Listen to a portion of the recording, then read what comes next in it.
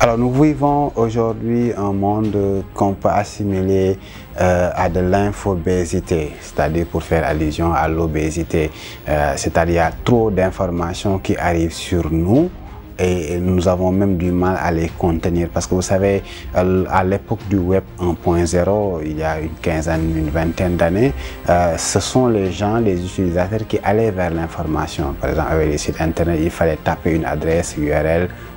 pour consulter un contenu. Aujourd'hui, avec nos applications, avec les réseaux sociaux, avec toutes ces plateformes qui pullulent sur internet, dès qu'on les installe, dès qu'on les a à portée de main, dès qu'on ouvre une de ces plateformes-là, c'est l'information qui vient vers nous et la source d'information peut être différente selon que ça vient d'un professionnel, d'un journaliste qui a produit, qui a fait tout le travail nécessaire pour servir cette information-là. Et d'un autre côté, vous avez de l'information qui est fournie par un non-professionnel, un utilisateur simple qui partage des contenus. Donc, l'utilisateur, lui, il ne parvient pas à faire la différence entre le réel et le faux. C'est-à-dire que là, il est submergé de tout type de contenu, que ce soit du contenu de divertissement, de contenu éditorialisé, parce que d'un côté, vous avez l'aspect éditorial qui est bien traité, qui même, il faut quand même reconnaître que même dans des médias, entre guillemets, classiques, qui ont une certaine réputation, il arrive